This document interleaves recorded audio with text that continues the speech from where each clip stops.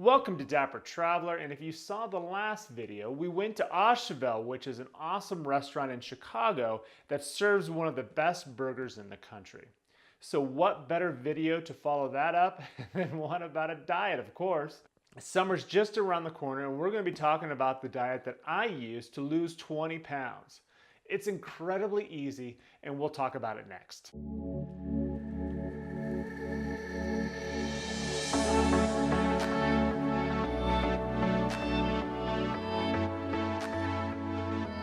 So before we get into the details of the diet, I thought I'd share a story on how I learned about this. So last fall I go on a run and I run into an old colleague and he stops and says, "You're doing it all wrong." What are you talking about? Like, granted, I run like a Clydesdale, everybody knows that, but what exactly am I doing wrong? And he goes, "Well, you're trying to lose weight, right?" and literally I wasn't trying to lose weight, but I mean, at the same time, I wasn't opposed to losing weight.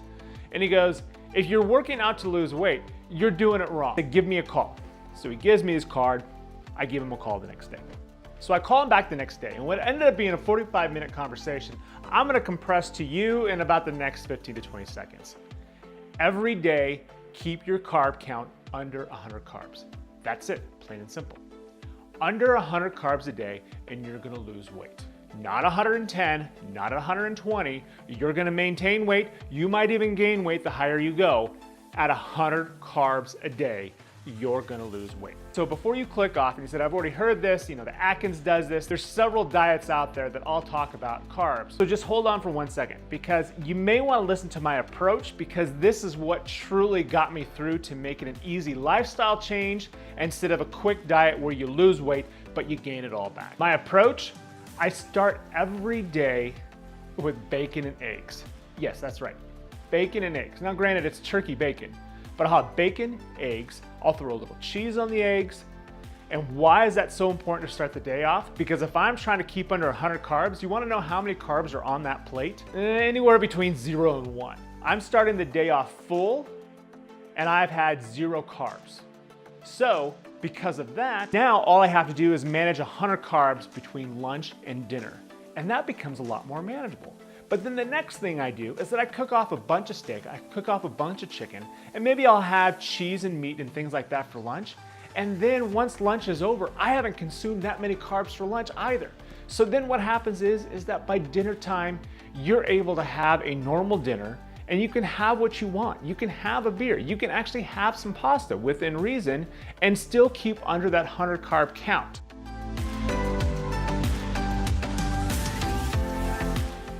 So if you're gonna try this diet, one of the things that I highly recommend doing is that you have to get an idea of what are the things that you're eating throughout the day and what's the carb count on each item.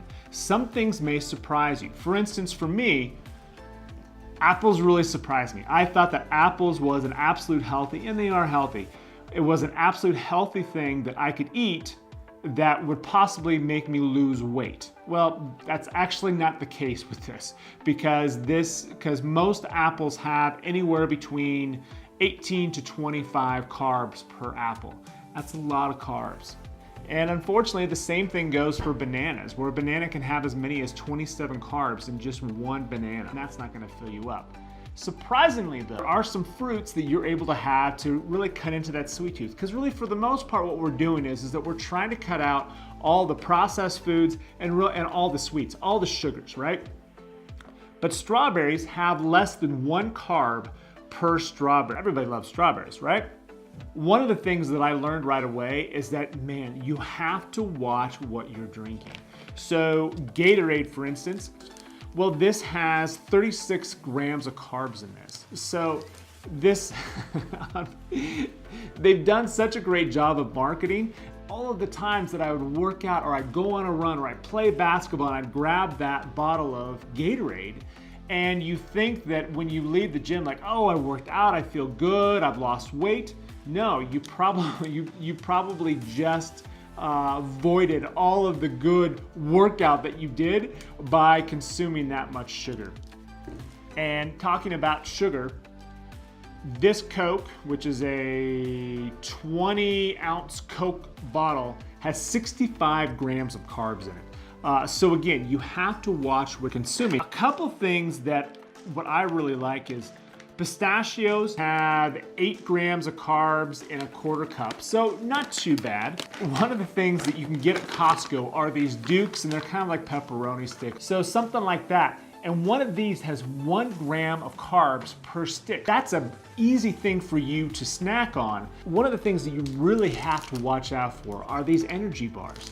So this Lara bar has 25 grams of carbs. You can barely see it. 25 grams of carbs just in this small little bar. So some final takeaway points with the 100 carb diet, and especially the way I approach it. 1, monitor everything that you're consuming for at least a week, because typically we kind of have the same routines of what we have, and really look to see what has high carbs. You're probably going to be surprised on some of the items that have such high carbs. Milk is another one that will surprise you on how high of carbs it has. So monitor everything you have. I think the way you will have success with this diet is if you really focus on having minimal carbs during the breakfast, lunch, and maybe even the snack meals. So the eggs and bacon and some cheese mixed in with the eggs, that's 0 carbs.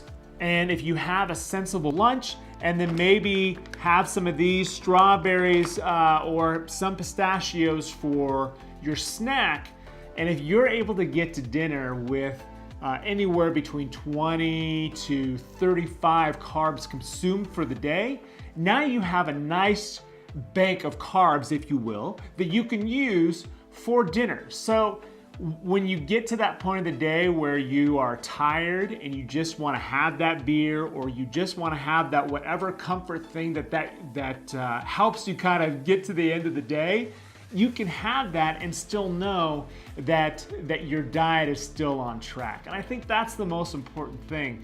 And the other thing is that because there's so many things that you can eat that have 0 carbs in them, it's a diet where you're not hungry. And that's the other thing that I've always hated about diets is that you're going around and you're hungry. You're hungry throughout the day, and it's so tough to continue on. And even if you go through a couple weeks of losing weight, nobody likes to be hungry for their entire life. So after a while, you get off the diet because you hit the goals that you wanted, your habits creep back in, and then you gain that weight all the way back.